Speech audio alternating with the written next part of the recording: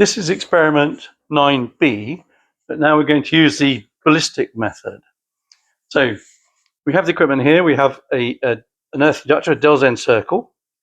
The Delzen circle is a large diameter coil, which we can rotate in a frame. And then the frame itself can also rotate.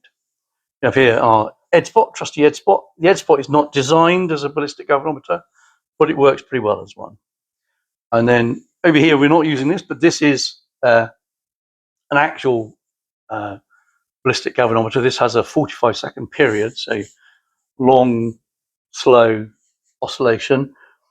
Unfortunately, this is not sensitive enough to do this experiment, so I'm using the ED spot. As I say, it works quite well. And the other thing we need is a compass. Here we're using a tangent galvanometer.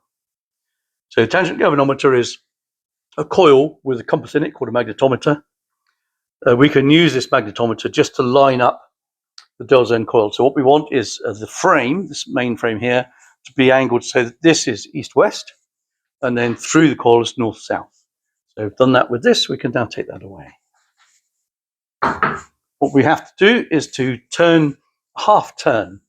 We're going to turn a half turn in the vertical position. Just make sure that's vertical. Lock it in position there. So a half turn here. And you see there's a throw, and you want to read the maximum that it achieves. That's a throw. Okay. And then we're going to do one in the horizontal.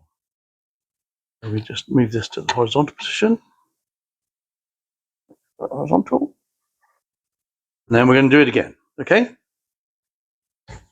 So that's maximum throw.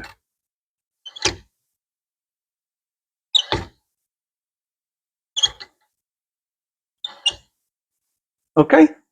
Then you can, as it says in the book, you can use the ratio of those two to work out the dip of the Earth's magnetic field. Or you could use one of these. This is actually called dip circle. If you look at this, what we have here is a magnetic needle, like a compass needle, but here it's in this plane. And to set it up, what you need to do is to get this till it's vertical. So in this case, it'll be reading 90 degrees on here. And what I've got is I put a pen mark on here. So that's 90 degrees, and it's now reading, it's now vertical.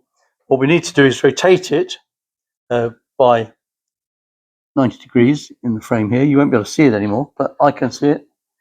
And I can read the new figure on here, which is 68, 69 degrees, which is the angle of dip. Okay.